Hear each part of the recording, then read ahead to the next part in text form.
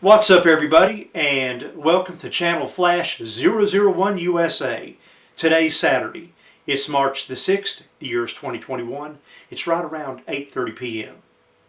Okay, if you read the video description, then you're probably already aware this is going to be a topic that's slightly outside the box, as in a whole bunch from what I would normally cover on this channel.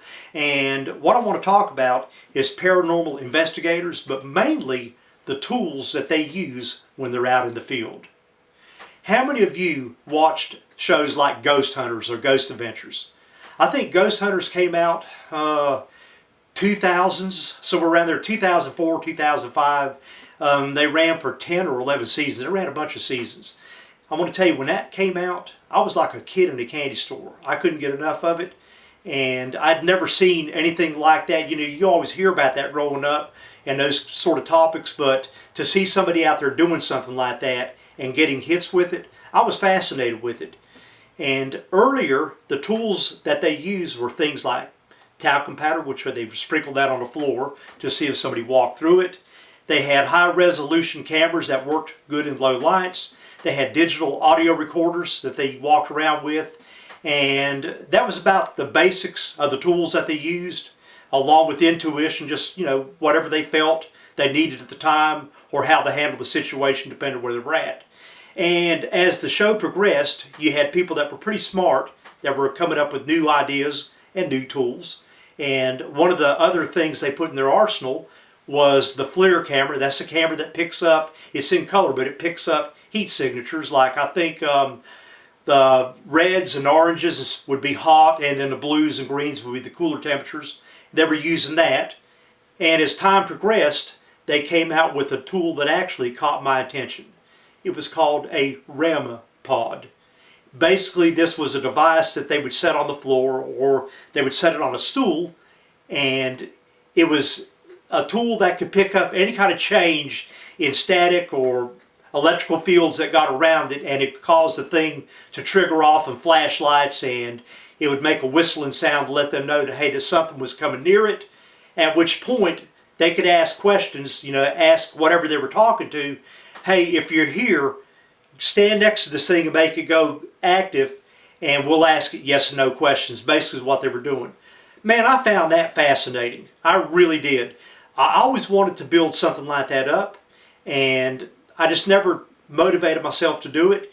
Years went by, and I started watching some of these kind of shows. Once again, I was watching them on YouTube and seeing these people use these devices. About a year ago, I thought, you know, I really want to try my hand at building one of these things. It just fascinated me, and I've got a bench, I've got everything here to build something like that, and I thought, you know, I'm going to do it. About 6 months ago, I finally put my foot down with myself and said, let's get motivated and do it. So I started doing research on it, and I thought, you know, I wonder if somebody's selling these things. So I went and looked it up, and sure enough, you can buy these Rem Pods. You can get them on Amazon, eBay. There's a lot of places you can get them. My God, I had sticker shock when I seen it. My original intentions was, hey, if I could find one for about $100 or something, I may purchase it and look under the hood. I was just curious how they were doing it, what this thing was.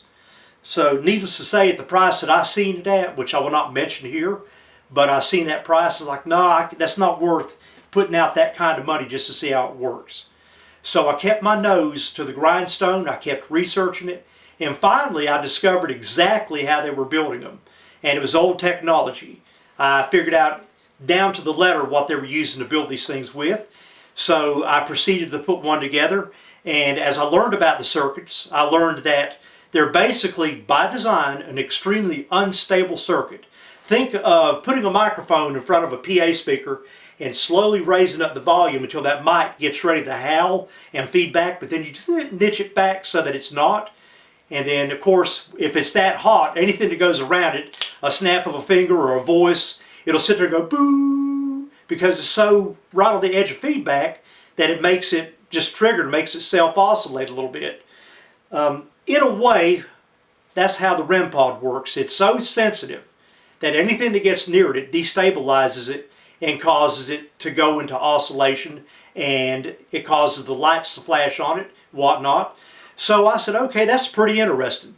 So I built the circuit up, the circuits that they have out there that these people are using. I built up about 2 or 3 of them. And I soon came to the realization that, hey, these things aren't consistent. You build 2 or 3 of them up, use the exact same parts, you'll have one that's too sensitive, and you have to tweak it and tweak it and tweak it, because if not, it wants to go into self-oscillation, or you have one that's not sensitive enough, which defeats the purpose of it. So I thought, you know what, I think I can do better with this. I sat down, I took the design, I did a whole new board layout, I made it where it could be tunable, it could be recreated over and over again, and I built a couple of them up and I was happy with it. It worked kick-ass. I was like, yeah, now we got something here. It was just something I wanted to do. And I got to thinking about it. I was, you know what, I bet people out there would be interested in this. If I could put something like this together and do it at a good price, some people may be interested.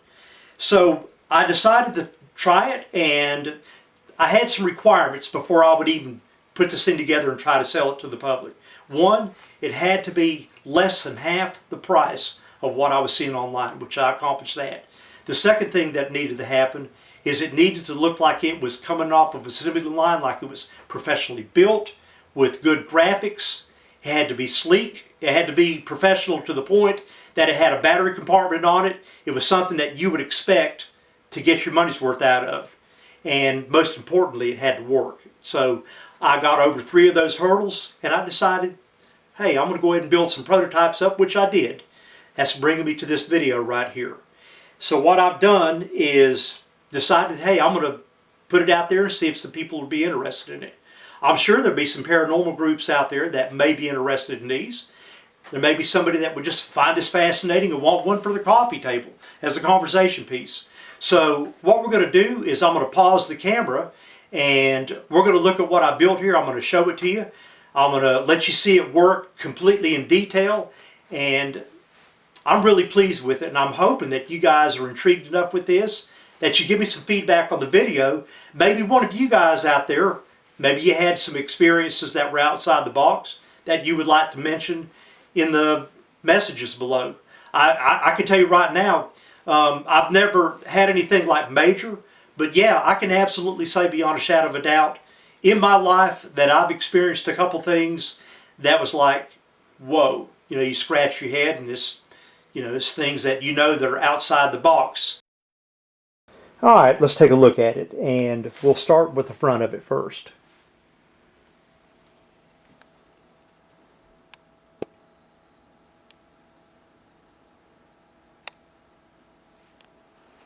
We got the power switch, power indication. You see the artwork is on the front of it, and it's even got my YouTube channel name on it. And we'll look at the top of it. 4 ultra bright high power LEDs. This thing will shine up on a ceiling, it'll light it up, and I'll show you that shortly also. Okay, something that I consider to be an improvement on this to the ones that are out there right now is this. I don't know about anybody else, but when it comes to jam box antennas, for some reason I had the tendency to snap them. And something that I thought about, that if you're working in the middle of the night with one of these things, if you're actually doing an investigation, if you're somebody that does this, the last thing you want to do is have something snag on it, and you walk by it in darkness and pull it to the floor where it could possibly be broken. So with this antenna right here, it's got give and take. You don't have to worry about breaking it, and that's a good thing, trust me. And also, this is just as good as a steel jam box antenna. It's just as sensitive. Right here we got our little speaker, and the way this thing works is it puts out a whistle. The more intense the field, the more the lights go crazy and start flashing, and the frequency this goes up. It's like, you'll hear it when I turn it on. Okay. The bottom of it is where our 9-volt battery goes in, and this thing will run it easily 8 hours solid on a good battery. So if you're doing some investigations with it, if that's what you do, then this thing will be able to easily run all night. So I'm going to turn it on and let you guys check it out, and we'll see this thing in action here. Alright, now even if I just get my hand near it, not even near the antenna, just near it, it's going to go crazy. Alright, so I'm going to get my hand close to it.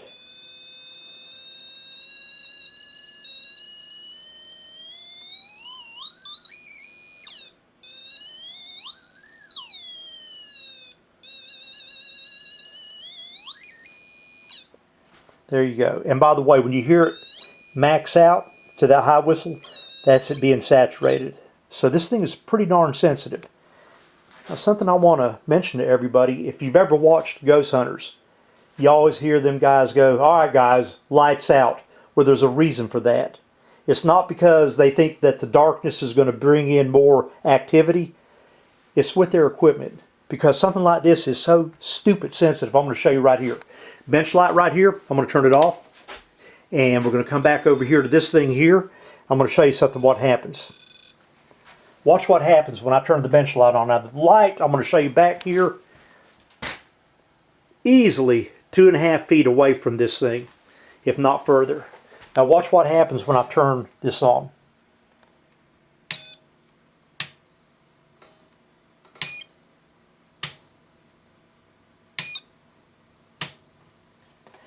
That's just the electronics in the room. Like, if you notice, I got everything on the bench powered down, because if not, it would go crazy in here.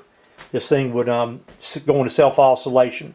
So when these guys are doing investigations, the best situation is if they can turn the breakers off in the area they're working on, and if not, they just hope they turn the lights off and hope for the best, that they don't have too much electromagnetic radiation going on. Because what will happen when you have electronic radiation going on, like a refrigerator, the pump kicks in, the compressor kicks in, or an air conditioner unit, this thing, it'll pick up everything. So it's kind of like a microphone. And I'm going to show you how sensitive it is. I'm going to bring the light down here. So I'm now about, maybe about a 1.5 feet away from it. Just me getting near it with the camera, look.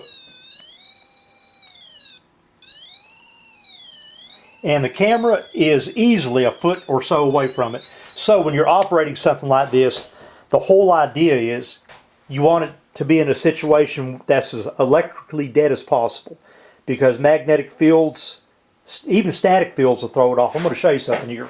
And by the way, this is also how sensitive I've got these units. Wooden baseball bat. It's wood, technically a non-conductor, but in reality there's impurities in wood, just the natural impurities that are in it. Even this will trigger it. I'm going to show you something else here. Even a broom wheel. Plastic bristles. That's probably just the dirt off of the floor where I sweep in here, embedded into it. And of course, metal will absolutely make you go crazy.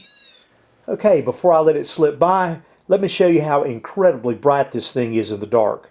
I'm going to reach over here and turn the shop lights off. Now check this out.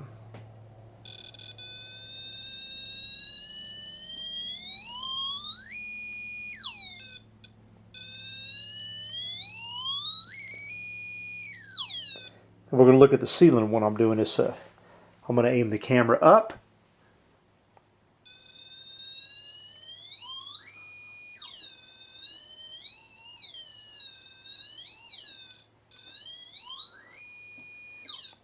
It's bright enough that my hand casts a shadow on the ceiling. So this is where we're looking. Something else I want to mention here. The LEDs on this thing. These are standard sized LEDs, but they're ultra bright. And I've got a jumbo LED, and the reason I'm bringing this up is, if you look at the Rem Pods that are on sale at Amazon and eBay, they use these guys right here. Well, guess what? It may be a lot bigger. They consume the exact same amount of power. The only difference is this has got a larger lens, but in reality, they don't put out any more light. I did that to keep things compact and simple when I built it. Okay, just wanted to share that with everybody. Hey, as I mentioned earlier in the video, these will be going for less than half the price of what's currently out there. These will be the ones that you find on eBay and Amazon. It's the same thing. It's just a smaller design, more compact design, but it works just as well. As far as payment goes, I can accept a postal money order. We can do PayPal or even cryptocurrencies. If you are interested in one, check the video description box below and you'll see an email address in there. In the subject line, put the following: Rem Pod. Hey, I want to mention that as of right now, I've only got a small quantity of these things available. Right now, I'm waiting on components to come into the shop, at which point I'll start building some more of these. So if for some reason you reach out to me and you want one of these and I don't have any, I'll be more than glad to hold on to your contact information. I'll reach out to you and let you know when I have some more available. So I just wanted to make everybody aware of that. Thanks.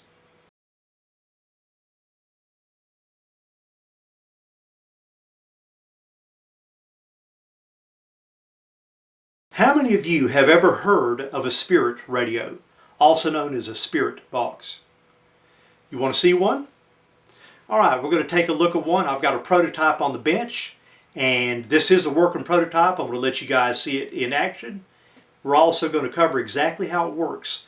So this maybe will answer a question for a couple of people that have watched the shows and were intrigued as to how these things operate. Take a standby, and I'm going to pause out and let you check this thing out. Okay, this is my prototype of the Spirit Radio, and as I had mentioned, this thing's been around quite a while. It may even go back as far as the 70s, so it's been around the block a while. What I'm going to do is I'm going to give you an explanation of how this thing operates, and I'll keep it on layman's terms for you.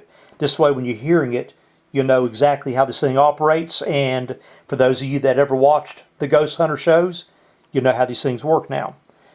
Okay, you got the tuner on the radio. You can tune all the way to the highest end of the frequency band, all the way down to the lowest one. Okay, now imagine, instead of doing this manually, that it's going real fast, like 4 or 5 times a second, 3 or 4 times going, sweeping across the whole band. Okay, that's the operation of this. And when the guy originally built one, he designed a circuit that took the tuner and swept it back and forth. Now there's 3 camps as to how these things work on picking up EVP or phenomenon, whatever you want to call it. The first camp says that because it's sweeping across all the radio bands, that it randomly grabs words that are being spoken across the bands and uses that to build sentences with. The next camp will tell you, hey, no, it's not that. That what's happening is because you got the broken up white noise, that it's using that to create words with. The third camp says it's a combination of both, and that's the camp that I'm in.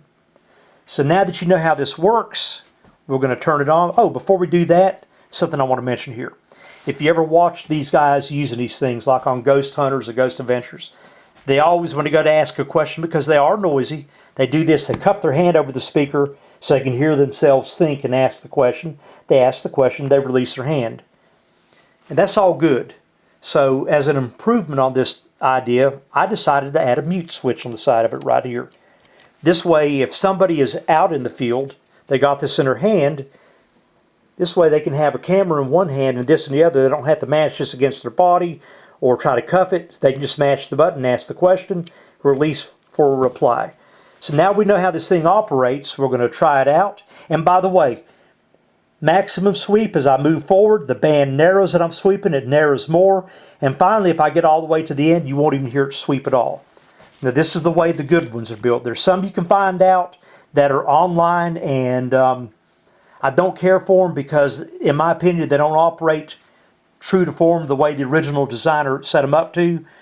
Because what they do is, if you ever seen the modern radios, they hit a scan button, it goes to the bands, it hits a station, it stops, moves on to the next one, stops, move on. What they do is they defeat the part where it stops in there. But to me, it's too slow of a scan, and it just, to me, it needs to be a fast sweep like the original person that designed it intended for it to be. And there is a lot of information out there on channels where people were using these things. I personally know some people that experienced these things and it totally blew them away. Now, I haven't experienced anything with these. Like I said, I'm electro man. Bzzzt. So to me, this is a fun project to build. I plan on playing with them this summer, though. All right, I'm going to turn it on.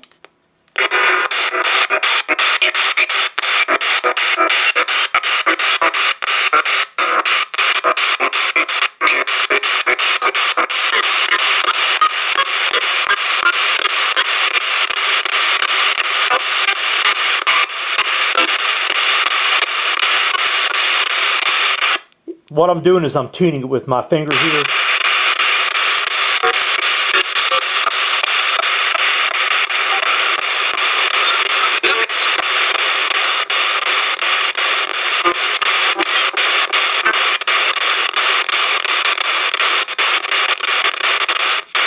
You'll notice as I get closer to the end of the band, you don't hear as much sweep. That's because we're getting narrower and narrower on our sweep.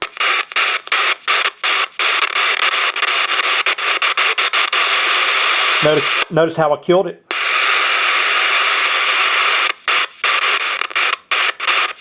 And the way these people will use these things, the people that are skilled with them, is they normally try to tune to the edge of a radio band, not where you can hear anybody speaking, but maybe where it's just enough to interfere with, and I'll show you what I'm talking about.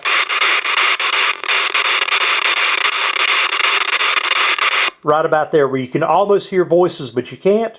And they'll walk around with it.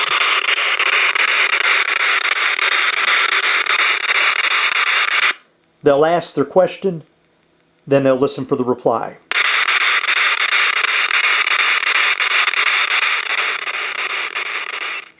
This is a spirit radio, and this is the theory of operation for those of you that may have seen this and maybe didn't understand what they're doing. But yeah, the whole idea with the spirit radio, or what it was originally known as, I think the spirit box, is it's sweeping across the band. And if you ever watch Ghost Adventures especially, those guys, as they're walking, they'll be tuning across it, and sometimes they'll just hit the edge of a radio station where it's not really audible what's going on, but they'll use that, and I guess in their mind they consider that extra bit of interference and distortion to be something that if somebody's going to speak to them, that they can reach out and say whatever needs to be said through an EVP. Anyhow, this is not ready for sale, but it's still in prototype mode and real close to it, so keep an eye out with this. I will be releasing a video on it whenever I get it ready. Hope you found this video along with the content to be interesting. And yeah, I'd like to hear from you. Have you ever experienced something that was outside the box? Something that wasn't easily explainable? I can tell you right now, in all honesty, I definitely have somewhere along the line of my life. Okay, on that note, I'm looking forward to hearing from you. This is Flash 001 USA, and we are signing off. Have a good evening, everybody.